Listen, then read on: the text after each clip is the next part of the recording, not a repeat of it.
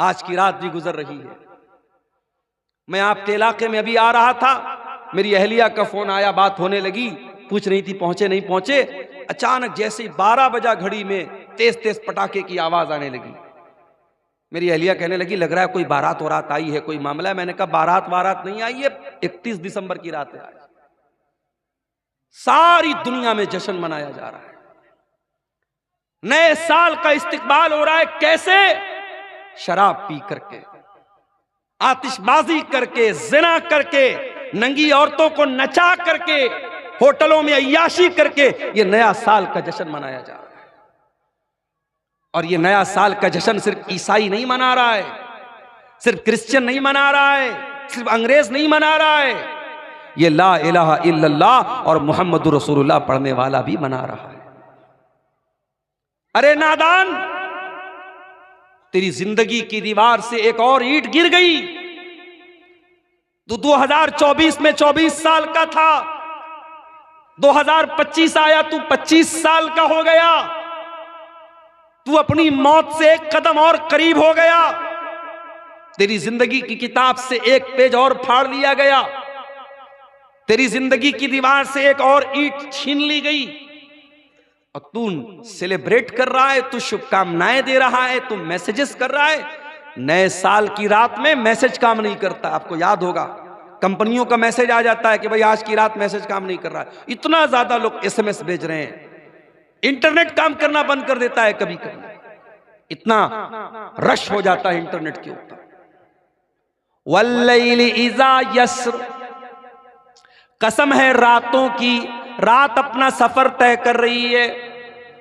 यही रात है कोई होटल में नाच रहा है और आप बगला डांगी के इस जलसे में, इस पिंडाल के नीचे बैठ करके अल्लाह और उसके रसूल की बातों को सुन रहे हैं। कोई अल्लाह का बंदा ऐसा भी होगा जो रात के इस सन्नाटे में बैठ करके अल्लाह की बारगाह में दुआएं कर रहा होगा। कोई अल्लाह का बंदा ऐसा भी होगा जो तहज्जुद की नमाज पढ़ रहा होगा। कोई अल्लाह का बंदा ऐसा भी होगा जो अपने गुनाहों पर शर्मिंदा होकर के अल्लाह से माफी मांग रहा होगा, अल्लाह से तौबा कर रहा होगा, अपने गुनाहों पर रो रहा होगा। वल्लैलि इज़ा यस्र, कसम है रात की जब वो अपना सफर तय करती है। रात चलती रहती है, रात चल रही है और रात में लोग अपना अपना काम कर रहे हैं।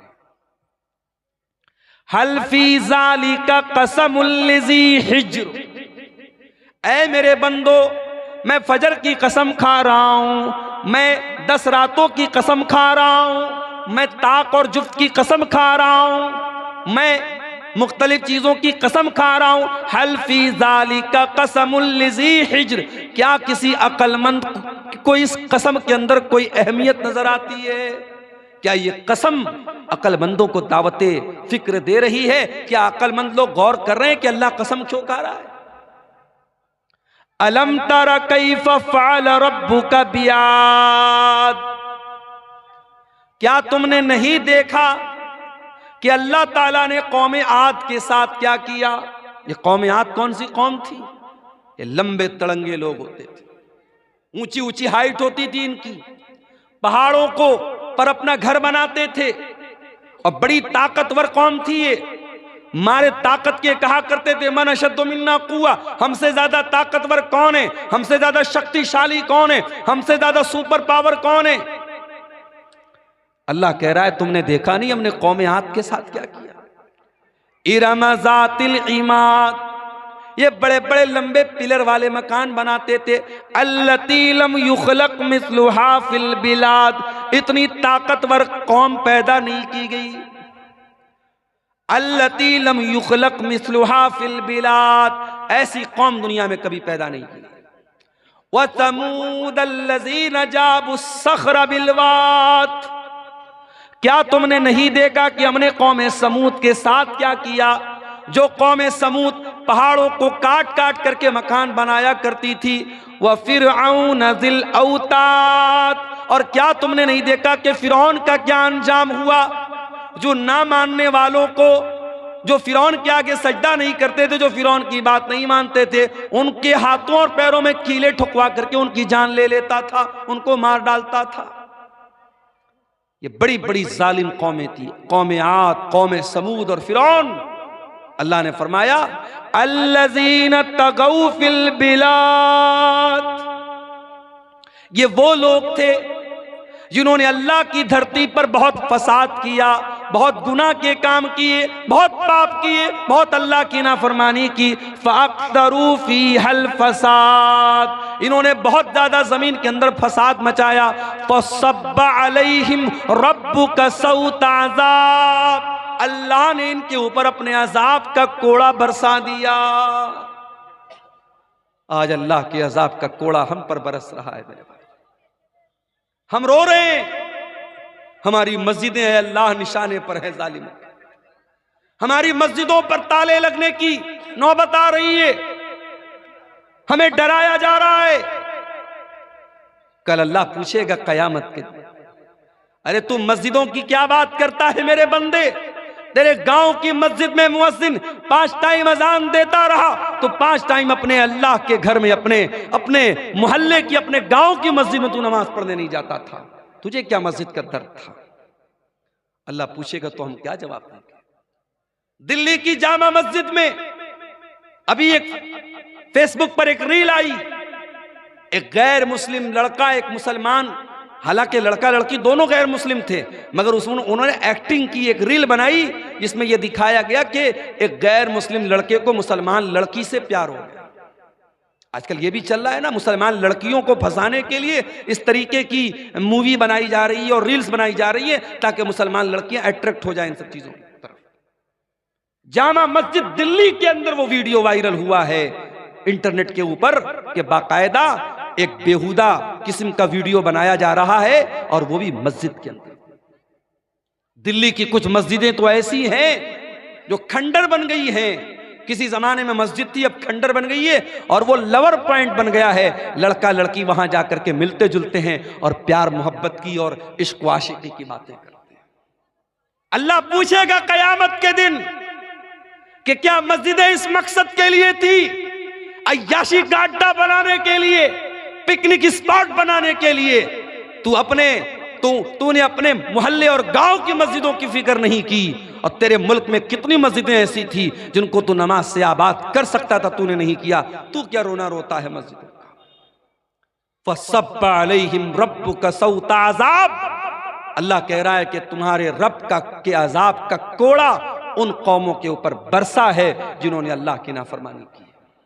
अगर कौम आद ने अल्लाह की नाफरमानी की, कौम समूद ने अल्लाह की नाफरमानी की, फिरौन ने अल्लाह की नाफरमानी की और उनके ऊपर अल्लाह का अजाब आया, तो हम कोई दूध के धूले नहीं है, हम पर भी अल्लाह का अजाब आएगा अगर हमने गुनाह को दावत दी। मेरे प्यारे साथी, माशाअल्लाह हाजी साहब चेहरे पर भरपूर दाढ़ी भी रखे हुए हैं, माथे पर सजदे का निशान भी है, 5 टाइम के नमाजी भी हैं।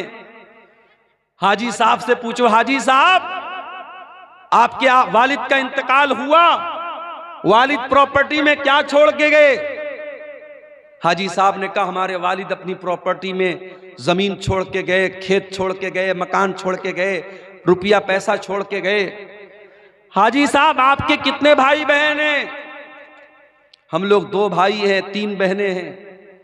हाजी साहब आपने अपनी बहनों को अपने बाप की वरासत में, अपने बाप की प्रॉपर्टी में, अपने बाप के तरके में से हिस्सा दिया? हाजी साहब का मुंह बंद, नहीं, बहन को तो नहीं दिया। भाई के साथ बंटवारा कर लिया, बहन को नहीं दिया। बहन को क्या दिया?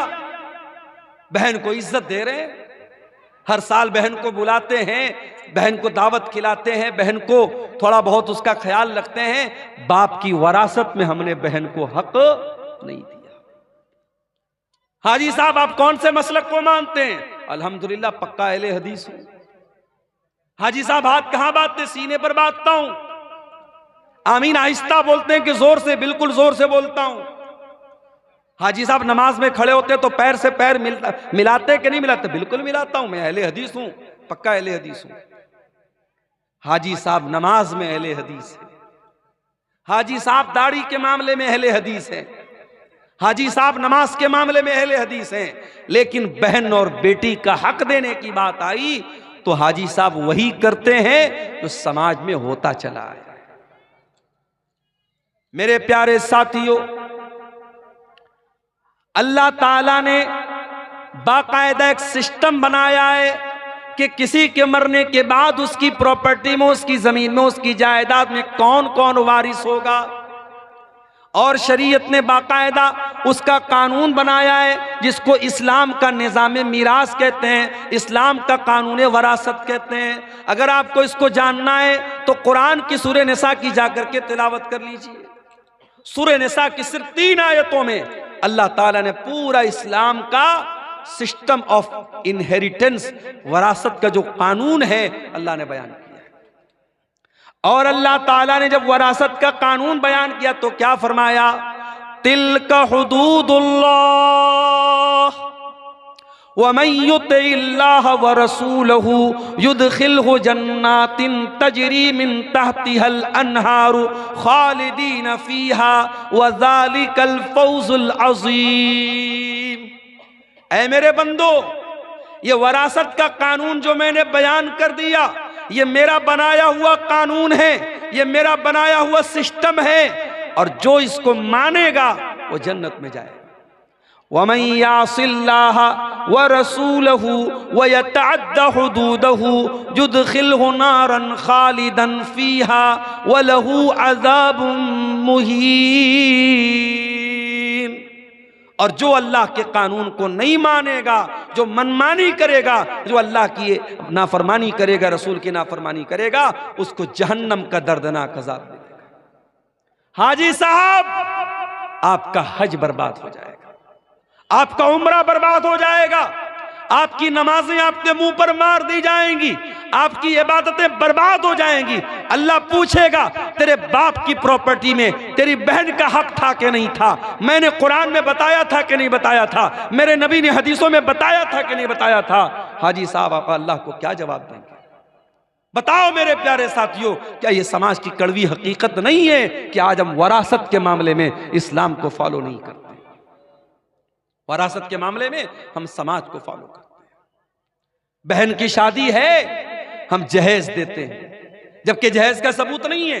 बेटी की शादी हम जहेज देते हैं जबकि जहेज का सबूत नहीं है। और जब वरासत की बात आती है तो हम कहते हैं अरे हमने तो लड़की की शादी में इतना जहेज दिया था। जहेज जो कि गलत चीज है, उसको बुनियाद बना करके इस्लाम का जो वरासत का कानून है उसकी हम मुखालफत करते हैं। मेरे प्यारे साथियों, ये दौरे जाहिलियत का तरीका था। जब वहां बाप मरता था तो जो छोटा बच्चा होता था, जो यतीम बच्चा होता था, जो छोटे भाई होते थे, उनको जमीन जायदाद में कोई हक नहीं मिलता था। जो बड़े लोग होते थे, जो पावरफुल होते थे, वो जमीन जायदाद पर कब्जा कर लेते थे।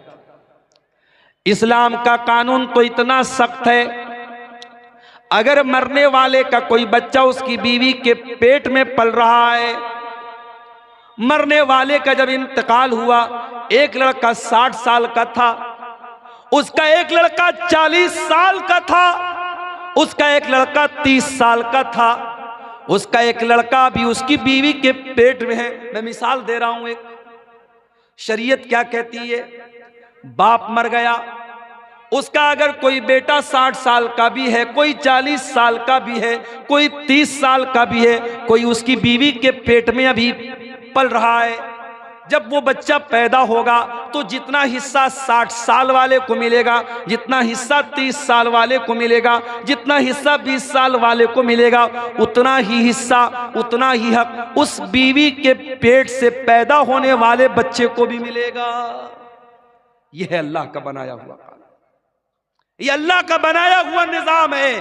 ताकत के बल पे और अपने जिस्मानी ताकत के बल पर कोई अपने बाप की वरासत नहीं पाता है, बल्कि रिश्ते की बुनियाद पर जो मरने वाले से जितना करीब है और जिसका जैसा रिश्ता है उस हिसाब से उसका हिस्सा बनता है। और आगे बढ़िए, इसी समाज में हम देखते हैं, लड़की पैदा हुई, बाप की पेशानी पर बल पड़ गए, ये लड़की कहां से आ गई? हालात ये हैं, गवर्नमेंट की स्कीमें आती हैं। अभी प्राइम मिनिस्टर साहब की एक स्कीम चल रही है, सुकन्या समृद्धि योजना। लड़कियों के नाम पर पैसा इकट्ठा करो, जब वो 20 साल की हो जाएं, शादी के काबिल हो जाएं, तो आपके पास अच्छा खासा पैसा हो जाए। यानी कहीं ना कहीं समाज में ये सोच मौजूद है कि लड़की आई है तो एक बोझ बन के आई, बेटी पैदा हुई तो माँ बाप के माथे पर बल पड़ गए, ये मुसीबत कहां से आ गई, कल जब ये लड़की जवान होगी हमें इसकी शादी करना पड़ेगा, इसके जहेज का इंतजाम करना पड़ेगा। इस जहेज की रस्म ने कितनी बच्चियों की मेरे प्यारे साथियों जान ले ली। गरीब बाप अपनी बेटी के जहेज का इंतजाम नहीं कर पा रहा है, बाप चिंता में जिंदगी गुजार रहा है, बेटी चिंता कर रही है कि मेरा बाप कब मेरी शादी करेगा। बेटे तो कभी कभी खुल के बोल देते हैं बाप से, मेरी शादी कराइए। बेटा कुछ करे या ना करे, कमाए या ना कमाए, शादी के काबिल हो गया तो बाप को जाके सुना देगा मेरी शादी क्यों नहीं करा रहे। बेटी तो नहीं सुनाती ना, बेटी तो शर्माती है। बेटी 25 साल की हो गई, 30 साल की हो गई, 35 साल की हो गई, अब तो रिश्ते नाते आने भी बंद हो गए। मेरे प्यारे साथियों, इस जहेज की रस्म की वजह से कितनी लड़कियों की जवानी बर्बाद हो गई, उनको रिश्ते नहीं मिल रहे हैं। और एक बात बोलूं आपसे, अगर आप जहेज को रोकना चाहते हैं तो आप सिर्फ लड़की वालों को, ये लड़के वालों से के कहने से ये काम नहीं चलेगा कि आप जहेज मत लीजिए। लड़की वालों की भी जिम्मेदारी है कि वो दीनदारी देख करके शादी करें। अगर लड़के वाले लालच कर रहे हैं कि हम ऐसी लड़की क्या शादी करें जहां से जहेज ज्यादा मिलेगा, तो माफ करना, लड़की वाले भी लालची होते हैं और वो तलाश करते हैं ऐसा रिश्ता जहां दामाद बहुत पैसे वाला या सरकारी नौकरी वाला या बहुत बड़ा बिजनेसमैन मिल जाए। अगर कोई मिडिल क्लास का लड़का है, कोई मामूली कमाने वाला लड़का है, उस लड़के के साथ कोई जल्दी अपना रिश्ता करना नहीं चाहता है। ताली दोनों हाथ से बजती है मेरे प्यारे साथियों। जहेज की इस गंदी रस्म के लिए सिर्फ लड़के वाले दोषी नहीं हैं, लड़की वाले भी दोषी हैं। अगर लड़के वाले मोटी रकम, जहेज के नाम पर मोटी रकम तलाश कर रहे हैं, तो लड़की वाले भी उसी हिसाब से दामाद तलाश कर रहे हैं। अल्लाह के प्यारे नबी ने क्या फरमाया, इज़ा खतब इलैकुम मिम्मन तरज़ौन दीनहु व खुल्क़हु, जब तुम्हारी लड़कियों के लिए ऐसा रिश्ता आ जाए, लड़का दीनदार है, लड़का बाखलाक है, फज़व्विजूहु, तो तुम अपनी लड़की की शादी उससे कर दो। देखो अल्लाह के नबी ने 4 बेटियों की शादी की। मालूम है आपको, नबी की 4 बेटियां थी। सबसे बड़ी बेटी का नाम क्या था, कोई बता सकता है? इधर से कोई बताए नबी की बड़ी बेटी का नाम। बोलो भाई, सो गए क्या? मालूम है नबी की बड़ी बेटी का नाम? ज़ैनब। नबी की बड़ी बेटी का नाम ज़ैनब। और दामाद का नाम, ज़ैनब के शौहर का नाम बोलो, नहीं मालूम? क्या तकरीर सुनते हैं आप लोग? तकरीर सुन सुन के बूढ़े हो गए और आज तक नबी की बेटियों का नाम नहीं मालूम, नबी के दामादों का नाम नहीं मालूम। नबी की बड़ी बेटी का नाम ज़ैनब और ज़ैनब के शौहर का नाम था अबुल आस बिन रबी रजी अल्लाह ताला। नबी की दूसरी बेटी नाम था रुकैया, उनके शौहर का नाम उस्मान गनी। रुकैया का इंतकाल हो गया, नबी ने अपनी तीसरी बेटी की शादी हजरत उस्मान से कर दी। तीसरी बेटी का नाम था उम्मे कुलसूम, इनकी शादी हुई हजरत उस्मान से। दुनिया में हजरत उस्मान इकलौते ऐसे इंसान हैं जिनकी शादी में, जिनके निकाह में नबी की 2 बेटियां आई हैं। और रुकैया, उनकी भी शादी हुई और रुकैया का जब इंतकाल हुआ तो उम्मे कुलसूम की शादी हजरत उस्मान गनी से। और नबी की सबसे छोटी बेटी, सबसे चौथे नंबर की बेटी का नाम था फातिमा, उनकी शादी किससे हुई? हजरत अली से। मेरे प्यारे साथियों, नबी ने अपने बेटियों के रिश्ते करने में दीनदारी देखी है। नबी ने रुपया पैसा नहीं देखा है, नबी ने जमीन और जायदाद नहीं देखी है। आपने सबसे लाडली बेटी, सबसे छोटी बेटी हजरत फातिमा का जब निकाह तय किया हजरत अली के साथ, हजरत अली के पास कुछ भी नहीं था। आपने अली से पूछा, क्या अली तुम्हारे पास क्या है? कहा, अल्लाह के नबी मेरे पास एक घोड़ा है, एक ज़रा है। आपने कहा कि घोड़ा अपने पास रखो, ज़रा बेच दो। ज़रा बोलते थे लोहे की एक ड्रेस होती थी जो जंग के मैदान में लोग पहनते थे। अल्लाह के नबी के हुक्म से हजरत अली ने वो अपनी ज़रा बेच दी, जिसको उस्मान गनी ने 380 दिरहम में खरीदा। और उसी पैसे से अल्लाह के नबी ने हजरत अली से कहा कि महर का इंतजाम करो, क्योंकि हजरत अली अल्लाह के नबी के दामाद भी थे और हजरत अली किसके बेटे थे? अबू तालिब के बेटे थे। और अबू तालिब कौन थे? नबी के चचा थे। तो नबी ने अपने चचा के इंतकाल के बाद हजरत अली को अपनी परवरिश में ले लिया था। तो हजरत अली के गार्जियन भी अल्लाह के नबी थे, तो इसलिए आप हजरत अली के बाप की हैसियत से भी ये शादी करा रहे थे। आपने हजरत अली से कहा तो महर का इंतजाम करो। और उसके बाद चूंकि नई गिरस्ती थी, नया घर बनाना था, हजरत अली के पास कुछ नहीं था, तो अल्लाह के नबी ने हजरत अली ही के पैसे से एक तकिया खरीदा, एक चादर खरीदा और एक पानी का बर्तन मशकेजा, ऐसी जरूरत की 4-5 चीजें खरीदी हैं। कुछ लोग इसको जहेज का नाम देते हैं, माफ कीजिए ये जहेज नहीं था, ये हजरत अली ही के पैसे से अल्लाह के नबी ने इसको लिया था और अपनी बेटी को दिया था। नबी ने रिश्ते में क्या देखा? दीनदारी देखी है मेरे प्यारे साथी। वल्लाह आज मेरे पास ऐसे नौजवानों के भी फोन आते हैं जो बड़े दर्द के साथ और बड़ी तकलीफ के साथ कहते हैं कि मौलाना आज हमारी शादियां नहीं हो रही हैं, अच्छे रिश्ते नहीं मिल रहे, क्योंकि हमारे रिश्ते इसलिए रिजेक्ट हो रहे हैं क्योंकि लड़की वालों को लखपति और करोड़पति रिश्ते चाहिए, आला शानदार मकान चाहिए, सरकारी नौकरी चाहिए। हम दीनदार हैं, हम नमाजी हैं, हम बाखलाक हैं, हम तकवा के रास्ते पे चल रहे हैं, मगर हमें कोई बाप अपनी बेटी देने को तैयार नहीं है।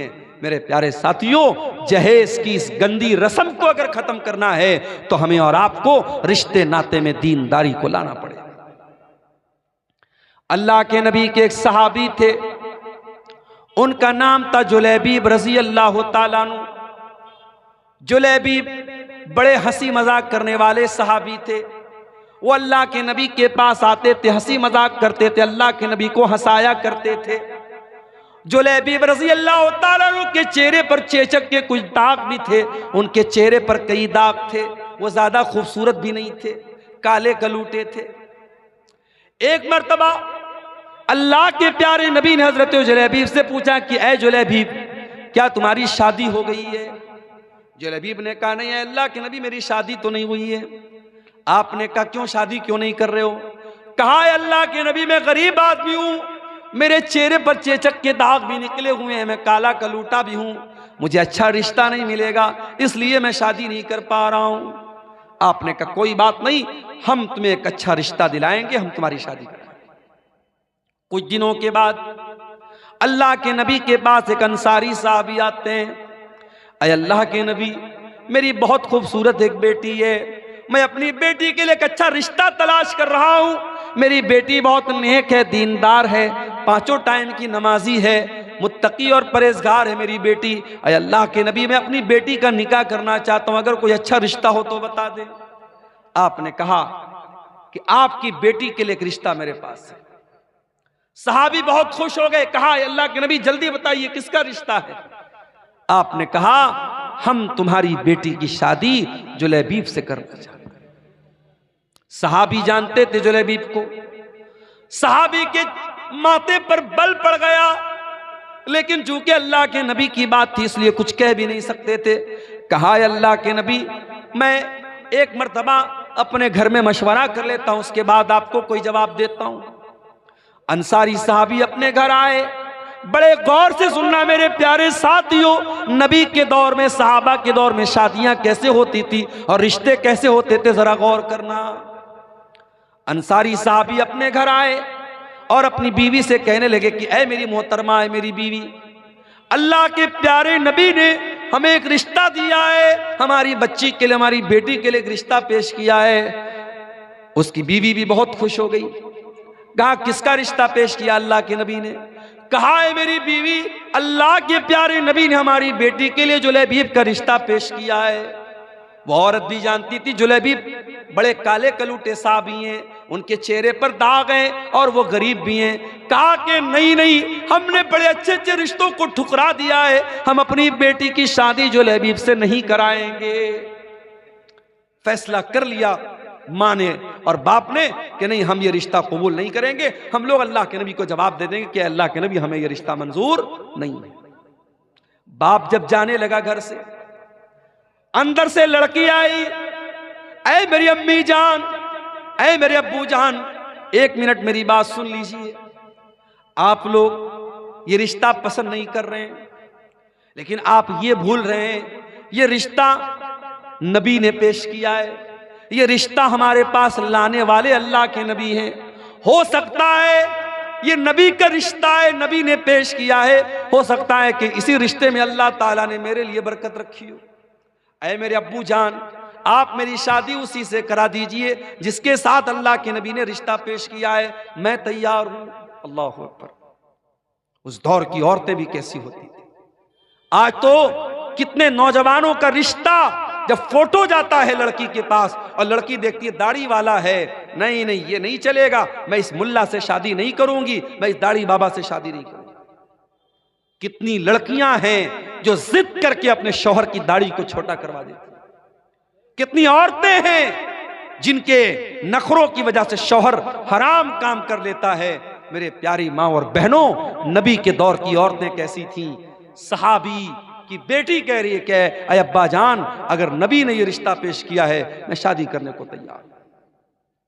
सहाबी अल्लाह के नबी के पास आते हैं और पूरी बात बता देते हैं, अय अल्लाह के नबी, मुझे और मेरी बीवी को तो ये रिश्ता पसंद नहीं आया था और हम तो ना करने वाले थे, मगर मेरी बेटी ने कहा कि अगर ये रिश्ता अल्लाह के नबी ने पेश किया है तो मुझे ये रिश्ता मंजूर है और मेरी बेटी शादी करने को तैयार है। अय अल्लाह के नबी, मैं तैयार हूँ आप शादी के लिए, आप शादी की तैयारी कीजिए। जब नबी ने सुना कि लड़की इतनी दीनदार है और इतनी अल्लाह और उसके रसूल की बात मानने वाली है, आपने दुआ की, अल्लाहुम्मा बारिक लहा फी ऐशिहा वला तजअल ऐशहा कद्दन कद्दा। ऐ अल्लाह, इस लड़की की जिंदगी में तू बरकतें अता फरमा दे, इस लड़की की जिंदगी में कभी परेशानी ना आए। कुछ दिनों के बाद शादी हुई और वो लड़की अपने शौहर के साथ, हजरत जुलैबीब के साथ हंसी खुशी जिंदगी गुजार रही। कुछ दिनों के बाद अल्लाह के नबी सहाबा के साथ एक जंग में जाते हैं, उस जंग में जुलैबीब भी जाते हैं और जंग के बाद जब शहीदों की लाशों को रखा जाता है, हजरत जुलैबीब रज़ी अल्लाह तआला अन्हु मैदान जंग में उनकी लाश नहीं मिलती है। अल्लाह के नबी अपने सहाबा से कहते हैं, जरा तलाश करो, कहीं ना कहीं जुलैबीब की लाश भी मिलेगी। जुलैबीब की जब लाश मिलती है मेरे प्यारे साथियों, तीरों और तलवारों के जख्म से भरी हुई लाश, 7-8 दुश्मनों के बीच में अकेली लाश जो ये बता रही थी को जुलैबीब दुश्मनों के नरगे में थे, दुश्मनों के घेरे में थे और कई लोगों से लड़ते हुए वो अल्लाह को प्यारे हुए थे। अल्लाह के नबी ने देखा जुलैबीब को, आपने कहा ये मेरा नौजवान सहाबी है, इसने अल्लाह की राह में लड़ते लड़ते जान दे दी है। आपने जुलैबीब की लाश को उठाया और अपने कंधे पर आपने उठा करके उसकी लाश को कब्र में आपने उतारा।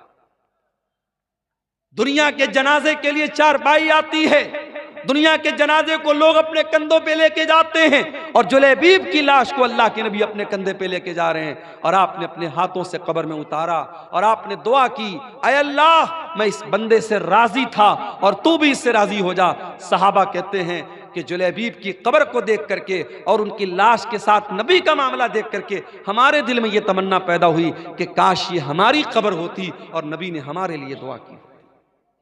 और उसके बाद जब जुलैबीब का इंतकाल हो गया तो हमें तारीख और सीरत की किताबें ये बताती हैं कि जुलैबीब की वो जो बेवा औरत थी, जो उनकी बेवा खातून थी, वो अल्लाह की राह में सदका और खैरात बहुत ज़्यादा करती थी, जबकि आम तौर से बेवा औरतों के पास माल की किल्लत होती है, माल की कमी होती है, मगर अल्लाह ताला गैब से रोज़ी देता था उस औरत को।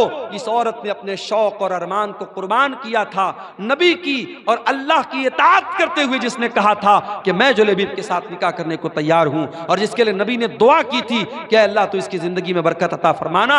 उस औरत की ज़िंदगी में वाकई बरकत पैदा हुई और मदीना में अगर कोई बेवा औरत सबसे ज़्यादा अल्लाह की राह में सदका और खैरात करती थी तो सहाबा कहते हैं जुलैबीब की बेवा औरत थी।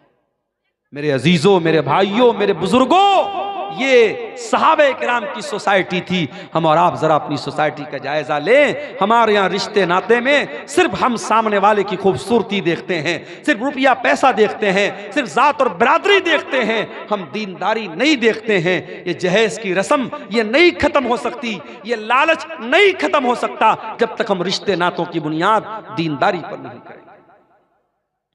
इसीलिए अल्लाह के नबी फरमाते हैं, तुन कहल मरा तुल अरबईन, जब औरत का निकाह होता है 4 चीजें औरत के अंदर देखी जाती हैं। ले मालिहा वले हसबिहा वले जमालिहा वले दीनिहा। कुछ लोग औरत का माल देखते हैं, कुछ लोग औरत का खानदान देखते हैं, कुछ लोग औरत की खूबसूरती देखते हैं और कुछ लोग औरत की दीनदारी देखते हैं। फजफर बिजातिद्दीन, अल्लाह के प्यारे नबी फरमाते हैं कि ओ लोगो, तुम दीनदार औरत को अपने घर में लेकर के आ जाओ, कामयाब हो जाओगे।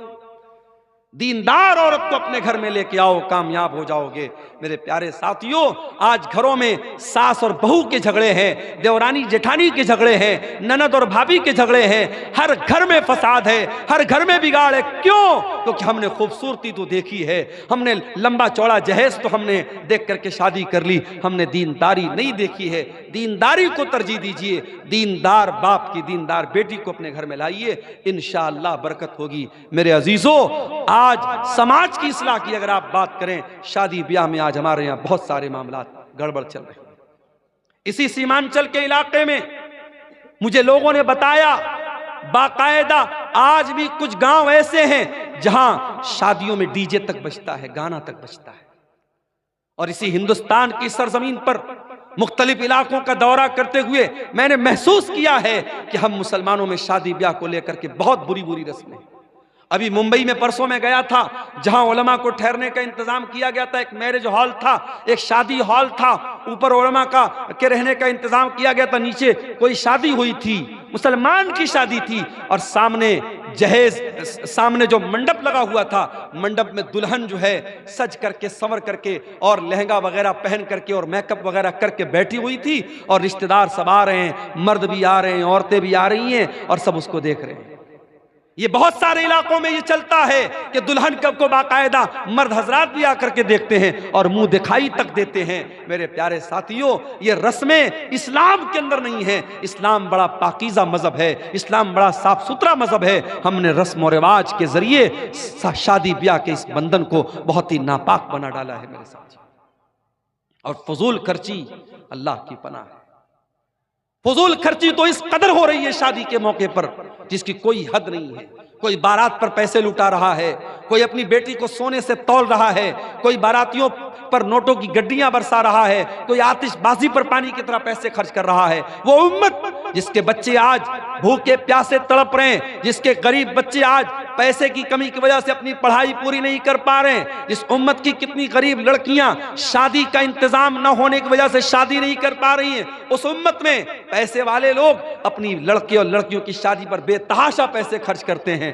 मेरे प्यारे साथियों, ये माल अल्लाह की अमानत है। अल्लाह पूछेगा, ये माल हमने तुमको दिया था, मैंने तुमको इसलिए दिया था ताकि तुम सही रास्ते पर खर्च करो। तुमने माल को फजूल खर्ची में और नाजायज जगहों पर क्यों खर्च किया? मेरे प्यारे साथियों, हमें इसका जवाब देना पड़ेगा। वयग़फ़िर लकुम ज़ुनूबकुम वमन युतिइल्लाह व रसूलहू फ़क़द फ़ाज़ फ़ौज़न अज़ीमा।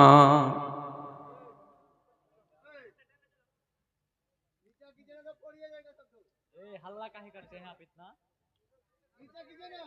शांति से नहीं बोला जा सकता। आप बिना मतलब का हल्ला, आप क्या हल्ला कर रहे हैं? आप लोग डिस्टर्ब मत करें, बराहे करम डिस्टर्ब ना करें। आप लोग शांति बनाए रखें।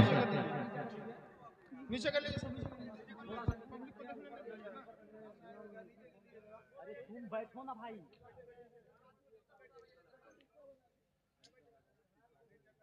अम्मा बादु फ़इन्ना खैरल हदीथ किताबुल्लाह व खैरल हदी हदी मुहम्मदिन सल्लल्लाहु अलैहि वसल्लम व शर्रल उमूरि मुहदतातुहा व कुल्ल मुहदततिन बिदअह व कुल्ल बिदअतिन ज़लालह वकुल्ल ज़लालतिन फिन्नार। अऊज़ु बिल्लाहि मिनश शैतानिर रजीम।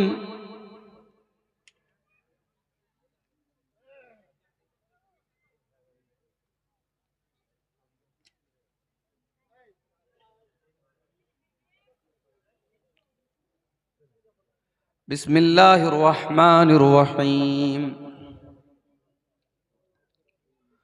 ज़हरल फ़सादु फ़िल बर्रि वल बहरि बिमा कसबत ऐदिन नास। वक़ाल तआला फ़ी मक़ामिन आख़र वल फ़ज्रि व लयालिन अश्र वश्शफ़्इ वल वत्र वल्लैलि इज़ा यस्र हल फ़ी ज़ालिका क़समुल लिज़ी हिज्र। अलम तर कैफ़ फ़अल रब्बुक बिआद इरम ज़ातिल इमाद अल्लती लम युख़लक़ मिस्लुहा फ़िल बिलाद व समूद अल्लज़ीना जाबुस सख़्र बिलवाद व फ़िरऔन ज़िल औताद अल्लज़ीना तग़ौ फ़िल बिलाद फ़अक्तरू फ़ीहल फ़साद फ़सब्ब अलैहिम रब्बुका सौत अज़ाब इन्न रब्बक लबिल मिरसाद।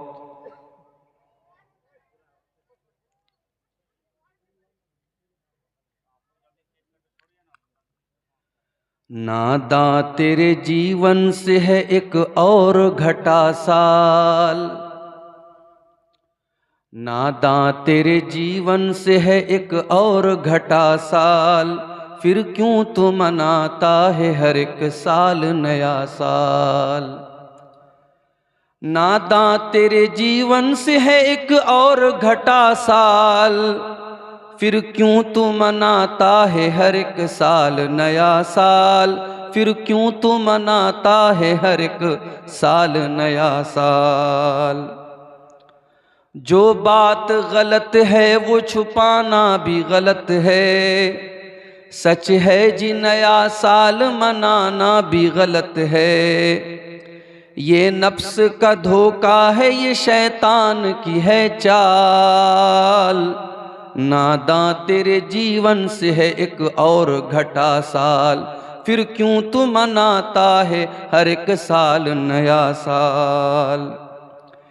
एक साल के आने पे खुशी है तुझे इंसान, लेकिन तुझे इस बात की परवाह नहीं नादान। आएगा नहीं लौट के वो गुजरा हुआ साल।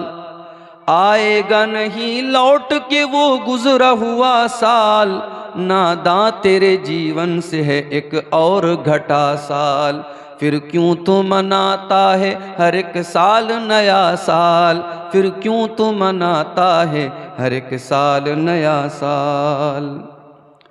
घर बार में गैरों की तरह दीप जलाना।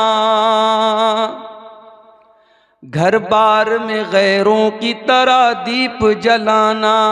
मेहमान बुलाना नए पकवान बनाना। इस्लाम में जायज़ नहीं ये रस्म ज़दा साल। इस्लाम में जायज़ नहीं ये रस्म ज़दा साल। नादा तेरे जीवन से है एक और घटा साल। फिर क्यों तू मनाता है हर एक साल नया साल। ये साल गुनाहों में गुजारा है मुसलसल। ये साल गुजारा है गुनाहों में मुसलसल। गफलत ही में सोता रहा जाफर तू हर एक पल। ये साल गुनाहों में गुजारा है मुसलसल। गफलत ही में सोता रहा जाफर तू हर एक पल। अब नेकियां कुछ कर ले तुझे फिर से मिला साल। अब नेकियां कुछ कर ले तुझे फिर से मिला साल। नादा तेरे जीवन से घटा, नादा तेरे जीवन से है एक और घटा साल। फिर क्यों तू मनाता है हर एक साल नया साल। सदर मुहतरम, उलमाए किराम, मोहतरम बुज़ुर्गों, नौजवान साथियों, माँओं और बहनों, प्यारे बच्चों, 2024 का यह आखिरी प्रोग्राम बहुत इसरार के बाद मैंने आज इस जलसे के लिए वक्त दिया था और इस बात का अंदेशा और डर भी था कि दिसंबर की आखिरी तारीख में कोहरा और सर्दी आम तौर से पूरे शबाब पर होती है। अल्लाह का फजलो करम है, कोहरा और शबनम के सिलसिले में तो राहत है, वरना शायद पटना से इस इलाके तक 6 घंटे का सफर और लंबा हो जाता। लेकिन सर्दी बहरहाल बढ़ चुकी है, मौसम में अच्छी खासी ठंडक है और रात के तकरीबन 1:30 बजे इस पिंडाल के नीचे आप हजरात का जमे रहना ये बहुत बड़ी बात है। मुझसे पहले आपने बंगला जुबान के मुख्तलिफ उलमा और मुकर्रीन के बयानात को सुना। मेरी ज़बान उर्दू है, मैं कोशिश ये करूँगा कि आसान ज़बान में, आम फहम ज़बान में, जो ज़बान आप समझते हो उस ज़बान में कुछ अहम बातें आपके सामने रखूं। मेरे भाइयों, आज जितने भी जलसे और प्रोग्राम होते हैं, आप देखते होंगे अक्सर प्रोग्रामों के ऊपर, उनके बैनर के ऊपर, उनके पोस्टर के ऊपर एक लफ्ज लिखा होता है, इस्लाह मुआशरा। मुआशरे को कैसे सुधारा जाए, समाज को कैसे ठीक किया जाए, ये मौजू बता रहा है, ये उन्वान बता रहा है कि समाज बहुत बिगड़ा हुआ है। समाज में बहुत सारी ऐसी कमियां हैं, ऐसी खामियां हैं जिनको सुधारने की आवश्यकता है, जरूरत है। हर जलसे में तकरीर हो रही है। परसों मेरा प्रोग्राम था मुंबई में। अब जाहिर है कि आप अररिया के एक गांव में रहते हैं।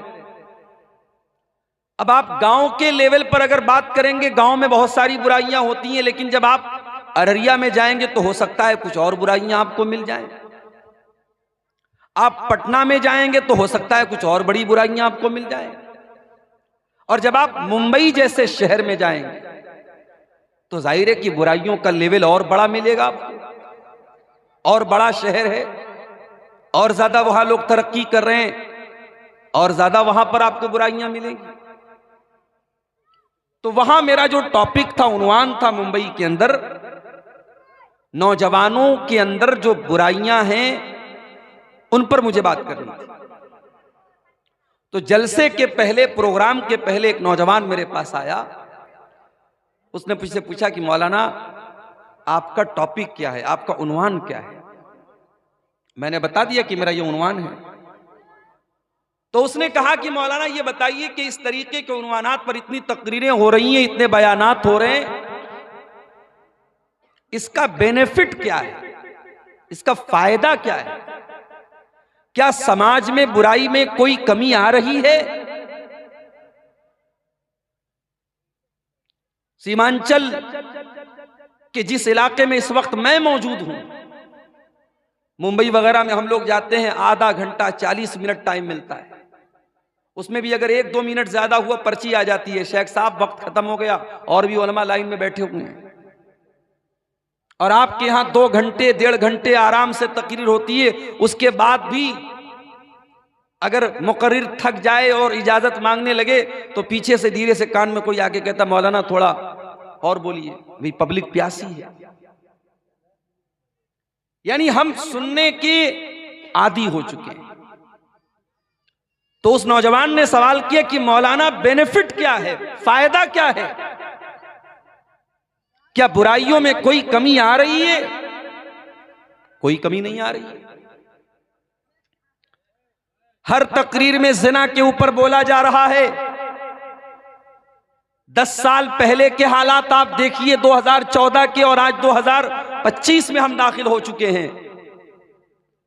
10 साल के बाद क्या जिना के वाकयात में कमी आ गई? मुझे याद है गालिबन 2011 या 12 में दिल्ली में चलती बस में एक लड़की का रेप हुआ था।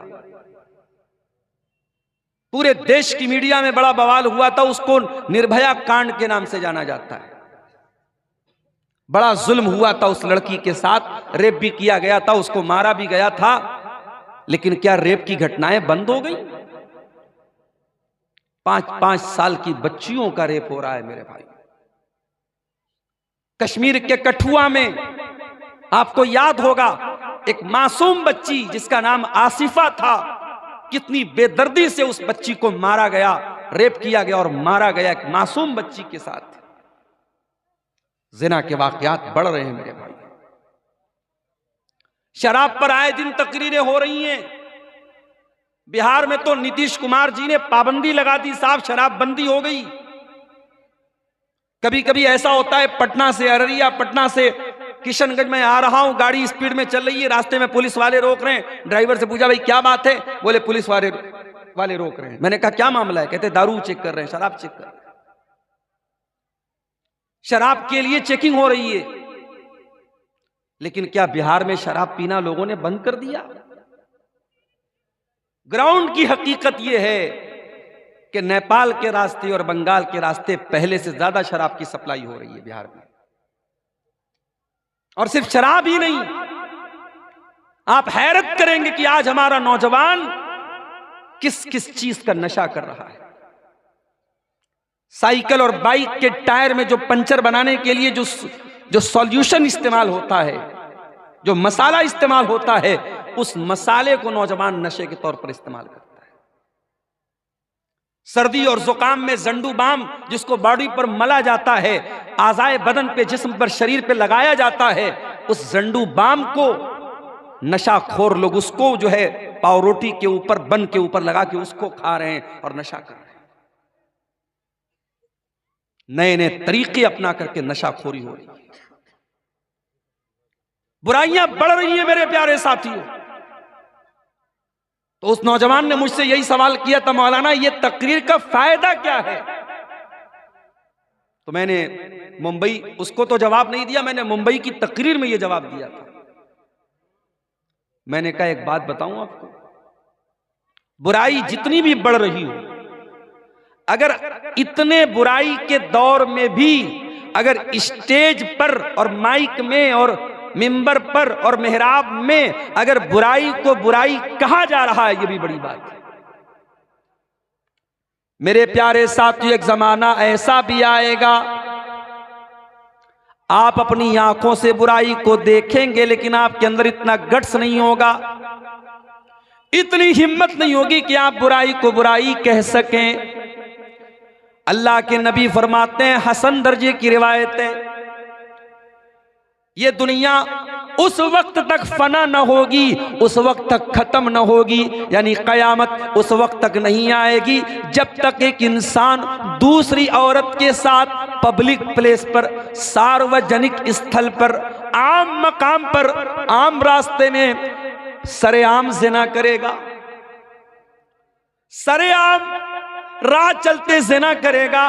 और उस दौर का जो नेक इंसान होगा, जो मुत्तकी इंसान होगा, जो परहेजगार इंसान होगा, वो कौन होगा? जो ज़िना से रोकने वाला न होगा, जो उन दो ज़िना करने वालों को मना करने वाला न होगा, बल्कि उस दौर का मुत्तकी इंसान वो होगा जो कहेगा ऐ मेरे भाई, ये चलते रास्ते में तू काम ये काम तू न कर, तू पब्लिक प्लेस पर तू ये काम न कर, तू इस बाग के पीछे चला जा, तू दीवार के पीछे चला जा, तू बंद कमरे में जाके जो करना है तू कर ले, सबके सामने मत कर। उस दौर का मुत्तकी इंसान वो होगा जो जिना करने वाले से कहेगा सबके सामने तू मत कर, तू जाके दीवार के पीछे तू ये काम कर, तू सबके सामने मत कर। मेरे भाइयों, बुराई पर अगर बात हो रही है, ये बात का होना भी बड़ी बात है। और हमें मालूम नहीं है, मैं अल्लाह का फजलो करम, मैं इसको अपनी कोई खूबी नहीं मानता हूं, अल्लाह का फजलो करम मानता हूं। आज यूट्यूब पर तकरीरें सुन के जब हम उसके कमेंट्स में देखते हैं, बाज नौजवान जब ये कमेंट करते हैं कि मैं तकरीर सुनने के बाद मैं पहले नमाज नहीं पढ़ता था, मैं नमाज पढ़ने लगा। बाज नौजवान व्हाट्सएप पर मैसेज करते हैं कि मौलाना आपकी तकरीर सुनता हूं, फला बुराई मेरे अंदर थी, अब मैंने तौबा कर ली है, मेरे लिए दुआ कीजिएगा। मेरे प्यारे साथियों, हम नहीं जानते कौन इंसान हमारी बात सुन करके अगर तौबा कर ले, इस्लाह कर ले, और वही एक इंसान की तौबा तकरीर करने वाले के लिए भी, तकरीर को ऑर्गेनाइज करने वाले के लिए भी, जलसा कराने वाले के लिए भी नजात का जरिया बन जाए, मगफरत का जरिया बन जाए। हम नहीं जानते मेरे प्यारे साथी। इसीलिए अल्लाह के प्यारे नबी हजरत अली से कहते हैं, लअन यहदियल्लाहु बिका रजुलन खैरुल लक मिन हुम्रिन नाम। ऐ अली, तुम्हारे जरिए अल्लाह ताला अगर किसी एक इंसान को हिदायत दे दे, एक इंसान तुम्हारे जरिए सही रास्ता पा जाए, ऐ अली, तो तुम्हारे लिए सुर्ख ऊंटों से बेहतर है। उस जमाने की बहुत बड़ी प्रॉपर्टी होती थी सुर्ख ऊंट, बहुत बड़ी दौलत होती थी सुर्ख ऊंट। अल्लाह के नबी ने फरमाया कि ऐ अली, अगर तेरे जरिए एक इंसान हिदायत पा जाए तो तेरे लिए ये सुर्ख ऊंटों से बेहतर है। इसलिए मेरे प्यारे साथियों, इस्लाह मुआशरा की ये बातें और ये तकरीरें होती रहनी चाहिए। अब आइए, जो आयत करीमा मैंने आपके सामने पढ़ी थी, दो आयतें अलग अलग कुरान से मैंने पढ़ी थी। पहली आयत मैंने पढ़ी थी सूरह रूम की। आइए उस आयत का तर्जमा देखते हैं, फिर बात को आगे बढ़ाते हैं। ज़हरल फसादु फिल बर्रि वल बहरी बिमा कसबत ऐदिन नास। खुश्की के अंदर, तरी के अंदर, जमीन के ऊपर और पानी के अंदर, जहां पर भी तुमको फसाद नजर आए, जहां पर भी तुमको बिगाड़ नजर आए, जहां पर भी तुमको तबाही नजर आए, जहां पर भी तुमको मुसीबत नजर आए, ज़हरल फसादु फिल बर्रि वल बहरी बिमा कसबत ऐदिन नास। वो इंसानों के करतूतों का नतीजा है, वो लोगों के अपने अमल का नतीजा है। ये अल्लाह ताला ने बहुत बड़ा कानून बता दिया।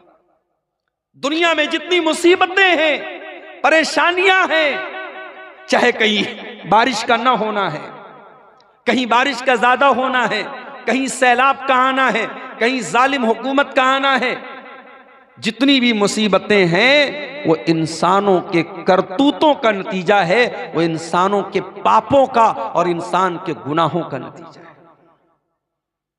दूसरी आयत जो मैंने पढ़ी थी कुरान करीम के 30वें पारे से मैंने पढ़ी थी, सूरह फज्र की कुछ आयतें। वल फज्र, कसम है फजर की, वही फजर की नमाज और वही फजर का वक्त जब मुअज्जिन अज़ान की आवाज में कहता है अस्सलातु खैरुम मिनन नौम। मुअज्जिन बेचारा माइक पर खड़े होकर के चिल्ला चिल्ला के कहता है कि नमाज नींद से बेहतर है, और हम आराम से अपने कंबलों को ओढ़ करके, अपने रजाइयों को ओढ़ करके, अपने लिहाफ को ओढ़ करके सोए रहते हैं। और हम मुअज्जिन की अजान के जवाब में गोया ये कहते हैं कि ऐ मुअज्जिन, तेरे लिए नमाज नींद से बेहतर होगी, मेरे लिए तो नींद बेहतर है, मैं अपने आराम को छोड़ करके नमाज पढ़ने नहीं आऊंगा। कभी कभी जब मैं सुबह निकलता हूं कहीं प्रोग्राम के लिए, मुझे हैरत होती है मेरे भाई, हाईवे के ऊपर मुसलमान नजर नहीं आता है, गैर मुस्लिम नौजवान लड़के लड़कियां सुबह सुबह निकले हुए हैं हाईवे के ऊपर। कोई वॉकिंग कर रहा है, कोई पुलिस में जाने की तैयारी कर रहा है, कोई आर्मी में जाने की तैयारी कर रहा है, अपने अपने मिशन में दुनिया लगी है। और मुसलमान नौजवान रात में फेसबुक चला करके, इंस्टाग्राम चला करके, इंटरनेट चला करके बेचारा वो सो रहा है, फजर में उठने के लिए तैयार नहीं। फजर का टाइम बड़ी बरकत वाला टाइम है। ओ दौलत कमाने वालों, ओ बड़े बड़े बिजनेस करने वालों, पैसा कमाने वालों, फजर की 2 रकात नमाज जो सुन्नत पढ़ी जाती है, अल्लाह के प्यारे नबी फरमाते हैं रकातल फजरी खैरुम मिनद दुनिया व मा फीहा। फजर की 2 रकात सुन्नत दुनिया की तमाम नेमतों से बेहतर है। दुनिया के अरबपति के पास भी वो दौलत नहीं है, खरबपति के पास भी वो दौलत नहीं है जो 2 रकात फजर की सुन्नत पढ़ लेता है। इतनी कीमती है 2 रकात ये सुन्नत फजर। इसीलिए अल्लाह के नबी फरमाते हैं मन सल्ला सुबह, जो फजर की नमाज जमात के साथ पढ़ता है फहुवा फी जिम्मतिल्लाह, वो अल्लाह ताला की जिम्मेदारी में आ जाता है, वो अल्लाह की पनाह में आ जाता है, अल्लाह की सुरक्षा में आ जाता है। जब आप अपनी सुबह की शुरुआत ही फजर की नमाज में गायब रह के करते हैं, अल्लाह की सुरक्षा कहां से हासिल होगी, अल्लाह की हिफाजत कहां से हासिल होगी मेरे भाई। वल फजरी, कसम है फजर के वक्त की। अल्लाह के प्यारे नबी जब किसी लश्कर को भेजते थे तो फजर के टाइम भेजते थे और आप दुआ करते थे अल्लाहुम्मा बारिक ले उम्मती फी बुकूरिहा, आय अल्लाह तो मेरी उम्मत के सुबह के टाइम में बरकत अता फरमा। तेरे नबी ने जिस टाइम की बरकत की दुआ की थी तो उस टाइम सोया पड़ा रहता है। फजर के वक्त की कसम खा करके अल्लाह ताला बता रहा है ये बड़ा ही बरकत वाला वक्त है, बड़ा ही सुहाना वक्त है, मैं इस वक्त की कसम खाता हूं। वलयालिन आश्र, और कसम है 10 रातों की। ये कौन सी 10 रातें? मुफस्सिरीन ने लिखा है, उलमा ने लिखा है, ये जिलहिज्जा की 1 तारीख से लेकर के 10 तारीख तक की 10 रातें। जिस तरीके से रमजान की आखिरी 10 रातों की बहुत फजीलत है, वैसे ही जिलहिज्जा के शुरू के 10 दिनों की बहुत फजीलत है। बल्कि कुछ हदीसों में अल्लाह के नबी फरमाते हैं कि साल भर में किसी नेकी का सवाब उतना ज्यादा नहीं मिलता है जितना इन 10 दिनों की नेकी का मिलता है। रमजान में तो थोड़ी बहुत हम लोग नेकी करते हैं, मगर जिलहिज्जा का जब महीना आता है, कोई बकरा खरीद रहा है, कोई बैल खरीद रहा है, कोई कुर्बानी का जानवर खरीद रहा है, बस उतना ही हम उसका ख्याल करते हैं। जिलहिज्जा के शुरू के 10 दिन बड़े कीमती हैं, अल्लाह ताला कसम खा रहा है। वल फजरी, कसम है फजर के वक्त की। वलयालिन आश्र, और कसम है 10 रातों की। वश्शफ़ी वल वतरी, और कसम है ताक की और जुफ्त की। ताक और जुफ्त समझते हैं, जिसको इंग्लिश में ऑड एंड इवन बोलते हैं। पता नहीं आपके बंगला में या शेरशाबादी भाषा में उसको क्या बोलते हैं। हमारे यहाँ बनारस की भाषा में बोलते फुट और जोड़ा। 2 है तो जोड़ा, 1 है 3 है तो फुट बोलते हैं उसको। आपके यहाँ क्या बोलते हैं? जोड़ बेजोड़। जोड़ बेजोड़ की कसम खा रहा अल्लाह ताला। अल्लाह ताला बेजोड़ है, एक है, वो 2 नहीं हो सकता। दुनिया की हर चीज का जोड़ा मौजूद है। जमीन का जोड़ा आसमान, अंधेरे का जोड़ा उजाला, लड़के का जोड़ा लड़की, हाथ का जोड़ा पैर, हर चीज का जोड़ा मौजूद है। हर चीज का कोई ना कोई अपोजिट मौजूद है। लेकिन अल्लाह तबारक व तआला एक ऐसी जात है, उसका कोई जोड़ा नहीं। वश्शफ़ी वल वतरी, कसम है जोड़ की और बेजोड़ की, ताक की और जुफ्त की। वल्लैली इज़ा यस्र, और कसम है रात की, जब रात अपना सफर तय करने लगती है, रात गुजरने लगती है। वयग़फ़िर लकुम ज़ुनूबकुम वमन युतिइल्लाह व रसूलहू फ़क़द फ़ाज़ फ़ौज़न अज़ीमा।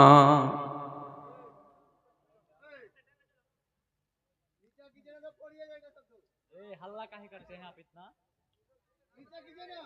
शांति से नहीं बोला जा सकता। बिना मतलब का हल्ला, आप क्या हल्ला कर रहे हैं? आप लोग डिस्टर्ब मत करें, बराह करम डिस्टर्ब ना करें। आप लोग शांति बनाए रखें।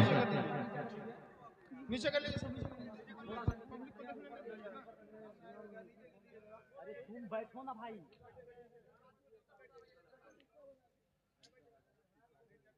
अम्मा बादु फ़इन्ना खैरल हदीथ किताबुल्लाह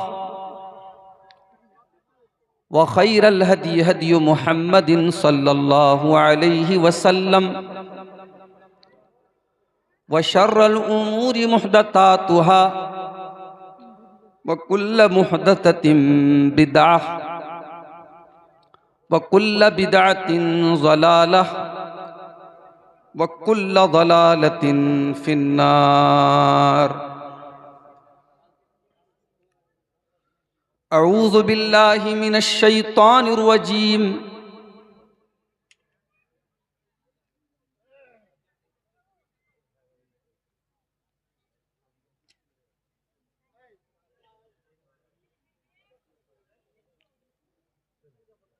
बिस्मिल्लाहिर रहमानिर रहीम। ज़हरल फ़सादु फ़िल बर्रि वल बहरि बिमा कसबत ऐदिन नास व क़ाल तआला फ़ी मक़ामिन आख़र वल फ़ज्रि व लयालिन अश्र वश्शफ़्इ वल वत्र वल लैलि इज़ा यस्र हल फ़ी ज़ालिका क़समुल लिज़ी हिज्र अलम तर कैफ़ फ़अल रब्बुक बिआद इरम ज़ातिल इमाद अल्लती लम युख़लक़ मिस्लुहा फ़िल बिलाद व समूद अल्लज़ीन जाबुस सख़्र बिल वाद व फ़िरऔन ज़िल औताद अल्लज़ीन तग़ौ फ़िल बिलाद फ़अक्तरू फ़ीहल फ़साद फ़सब्ब अलैहिम रब्बुक सौत अज़ाब इन्न रब्बक लबिल मिरसाद।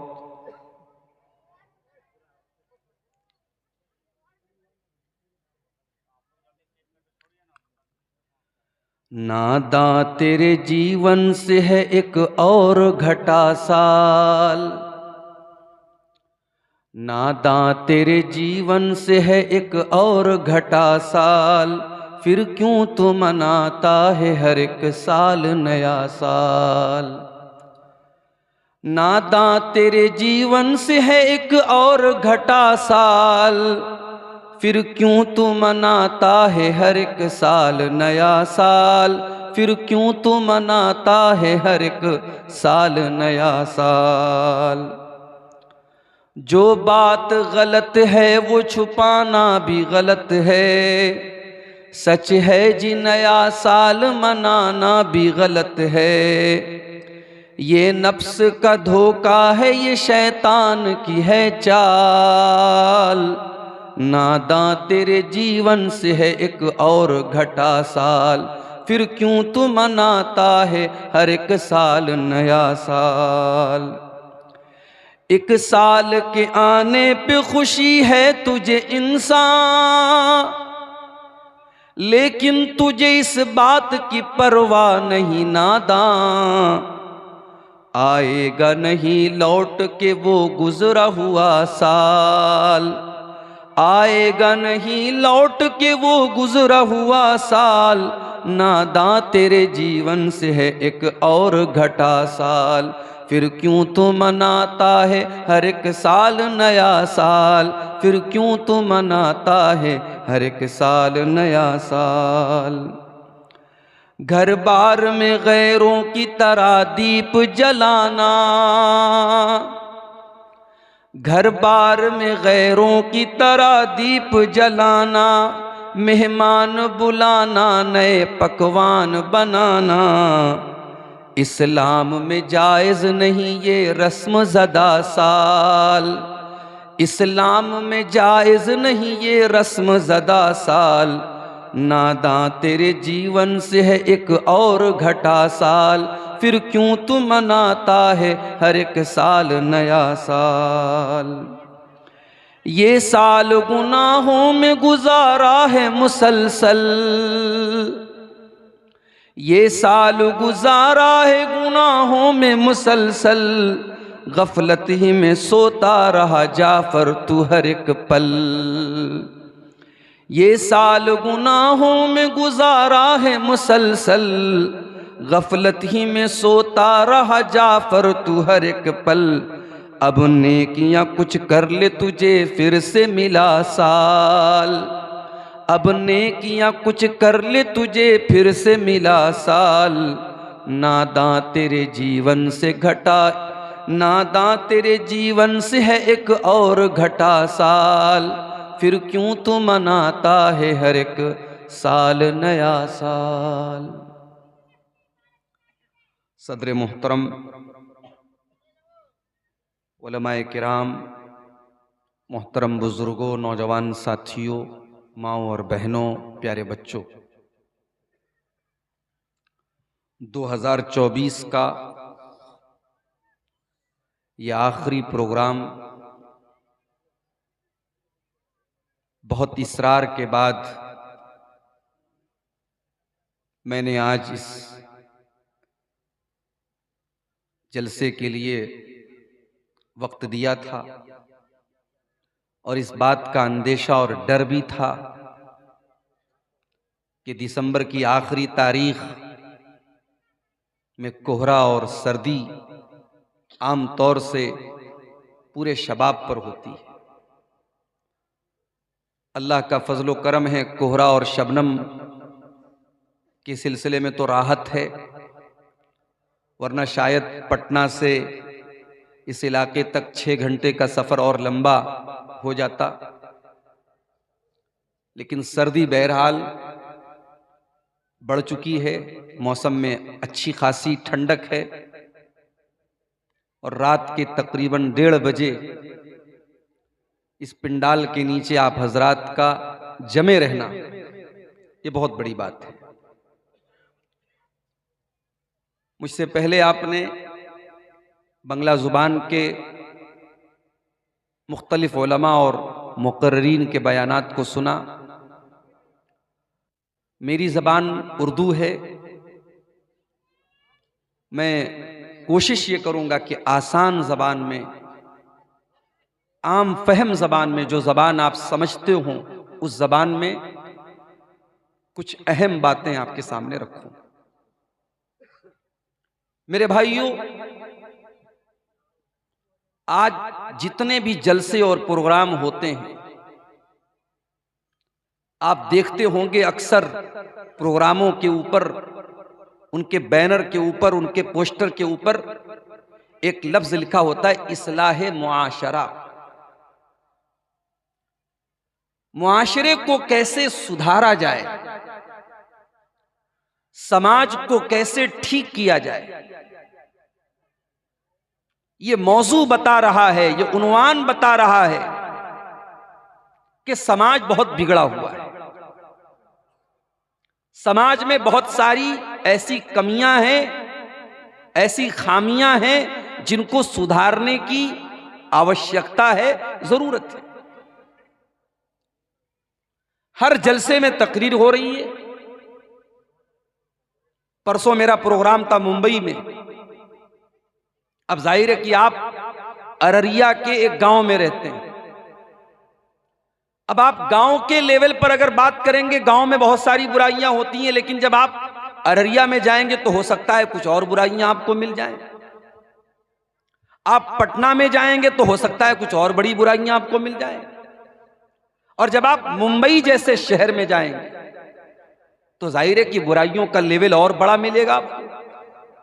और बड़ा शहर है, और ज्यादा वहां लोग तरक्की कर रहे हैं, और ज्यादा वहां पर आपको बुराइयां मिलेंगी। तो वहां मेरा जो टॉपिक था, उन्वान था मुंबई के अंदर, नौजवानों के अंदर जो बुराइयां हैं उन पर मुझे बात करनी थी। तो जलसे के पहले, प्रोग्राम के पहले एक नौजवान मेरे पास आया। उसने मुझसे पूछा कि मौलाना आपका टॉपिक क्या है, आपका उन्वान क्या है। मैंने बता दिया कि मेरा ये उन्वान है। तो उसने कहा कि मौलाना ये बताइए कि इस तरीके के उन्वानात पर इतनी तकरीरें हो रही हैं, इतने बयानात हो रहे हैं, इसका बेनिफिट क्या है, इसका फायदा क्या है? क्या समाज में बुराई में कोई कमी आ रही है? सीमांचल के जिस इलाके में इस वक्त मैं मौजूद हूं, मुंबई वगैरह में हम लोग जाते हैं, आधा घंटा 40 मिनट टाइम मिलता है। उसमें भी अगर 1-2 मिनट ज्यादा हुआ पर्ची आ जाती है, शेख साहब वक्त खत्म हो गया, और भी उलमा लाइन में बैठे हुए हैं। और आपके यहां 2 घंटे 1.5 घंटे आराम से तकरीर होती है।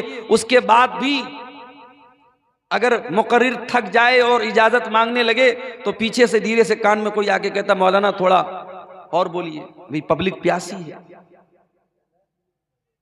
यानी हम सुनने के आदी हो चुके हैं। तो उस नौजवान ने सवाल किया कि मौलाना बेनिफिट क्या है, फायदा क्या है, क्या बुराइयों में कोई कमी आ रही है? कोई कमी नहीं आ रही है। हर तकरीर में जिना के ऊपर बोला जा रहा है। 10 साल पहले के हालात आप देखिए, 2014 के, और आज 2025 में हम दाखिल हो चुके हैं। 10 साल के बाद क्या जिना के वाकयात में कमी आ गई? मुझे याद है गालिबन 2011 या 12 में दिल्ली में चलती बस में एक लड़की का रेप हुआ था। पूरे देश की मीडिया में बड़ा बवाल हुआ था। उसको निर्भया कांड के नाम से जाना जाता है। बड़ा जुल्म हुआ था उस लड़की के साथ, रेप भी किया गया था, उसको मारा भी गया था। लेकिन क्या रेप की घटनाएं बंद हो गई? 5-5 साल की बच्चियों का रेप हो रहा है मेरे भाई। कश्मीर के कठुआ में आपको याद होगा, एक मासूम बच्ची जिसका नाम आसिफा था, कितनी बेदर्दी से उस बच्ची को मारा गया, रेप किया गया और मारा गया एक मासूम बच्ची के साथ। जिना के वाकयात बढ़ रहे हैं मेरे भाई। शराब पर आए दिन तकरीरें हो रही हैं। बिहार में तो नीतीश कुमार जी ने पाबंदी लगा दी, साहब शराबबंदी हो गई। कभी कभी ऐसा होता है, पटना से अररिया, पटना से किशनगंज में आ रहा हूं, गाड़ी स्पीड में चल रही है, रास्ते में पुलिस वाले रोक रहे हैं। ड्राइवर से पूछा, भाई क्या बात है? बोले पुलिस वाले रोक रहे हैं। मैंने कहा क्या मामला है? कहते दारू चेक कर रहे हैं, शराब चेक कर रहे हैं। शराब के लिए चेकिंग हो रही है। लेकिन क्या बिहार में शराब पीना लोगों ने बंद कर दिया? ग्राउंड की हकीकत यह है कि नेपाल के रास्ते और बंगाल के रास्ते पहले से ज्यादा शराब की सप्लाई हो रही है बिहार में। और सिर्फ शराब ही नहीं, आप हैरत करेंगे कि आज हमारा नौजवान किस किस चीज का नशा कर रहा है। साइकिल और बाइक के टायर में जो पंचर बनाने के लिए जो सॉल्यूशन इस्तेमाल होता है, जो मसाला इस्तेमाल होता है, उस मसाले को नौजवान नशे के तौर पर इस्तेमाल करता है। सर्दी और जुकाम में जंडू बाम जिसको बॉडी पर मला जाता है, आज़ाए बदन पे, जिस्म पर, शरीर पे लगाया जाता है, उस जंडू बाम को नशाखोर लोग उसको जो है पाव रोटी के ऊपर, बन के ऊपर लगा के उसको खा रहे हैं और नशा कर रहे हैं। नए नए तरीके अपना करके नशाखोरी हो रही है।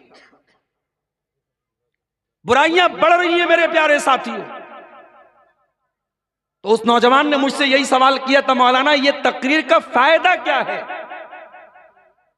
तो मैंने मुंबई, उसको तो जवाब नहीं दिया, मैंने मुंबई की तकरीर में यह जवाब दिया था। मैंने कहा एक बात बताऊं आपको, बुराई जितनी भी बढ़ रही हो, अगर इतने बुराई के दौर में भी अगर स्टेज पर और माइक में और मिंबर पर और मेहराब में अगर बुराई को बुराई कहा जा रहा है, यह भी बड़ी बात है। मेरे प्यारे साथियों, एक जमाना ऐसा भी आएगा, आप अपनी आंखों से बुराई को देखेंगे लेकिन आपके अंदर इतना गट्स नहीं होगा, इतनी हिम्मत नहीं होगी कि आप बुराई को बुराई कह सकें। अल्लाह के नबी फरमाते हैं, हसन दर्जे की रिवायत है, ये दुनिया उस वक्त तक फना न होगी, उस वक्त तक खत्म न होगी, यानी कयामत उस वक्त तक नहीं आएगी जब तक एक इंसान दूसरी औरत के साथ पब्लिक प्लेस पर, सार्वजनिक स्थल पर, आम मकाम पर, आम रास्ते में सरेआम ज़िना करेगा, सरेआम राह चलते ज़िना करेगा। और उस दौर का उस दौर का जो नेक इंसान होगा, जो मुत्तकी इंसान होगा, जो परहेजगार इंसान होगा, वो कौन होगा? जो ज़िना से रोकने वाला न होगा, जो उन दो ज़िना करने वालों को मना करने वाला न होगा, बल्कि उस दौर का मुत्तकी इंसान वो होगा जो कहेगा ऐ मेरे भाई, ये चलते रास्ते में तू काम ये काम तू न कर, तू पब्लिक प्लेस पर तू ये काम न कर, तू इस बाग के पीछे चला जा, तू दीवार के पीछे चला जा, तू बंद कमरे में जाके जो करना है तू कर ले, सबके सामने मत कर। उस दौर का मुत्तकी इंसान वो होगा जो ज़िना करने वाले से कहेगा सबके सामने तू मत कर, तू जाके दीवार के पीछे तू ये काम कर, तू सबके सामने मत कर। मेरे भाइयों, बुराई पर अगर बात हो रही है, ये बात का होना भी बड़ी बात है। और हमें मालूम नहीं है, मैं अल्लाह का फजलो करम, मैं अपनी कोई खूबी नहीं मानता हूं, अल्लाह का फजलो करम मानता हूं। आज यूट्यूब पर तकरीरें सुन के जब हम उसके कमेंट्स में देखते हैं, बाज़ नौजवान जब ये कमेंट करते हैं कि मैं तकरीर सुनने के बाद मैं पहले नमाज नहीं पढ़ता था, मैं नमाज पढ़ने लगा। बाज़ नौजवान व्हाट्सएप पर मैसेज करते हैं कि मौलाना आपकी तकरीर सुनता हूं, फला बुराई मेरे अंदर थी, अब मैंने तौबा कर ली है, मेरे लिए दुआ कीजिएगा। मेरे प्यारे साथियों, हम नहीं जानते कौन इंसान हमारी बात सुन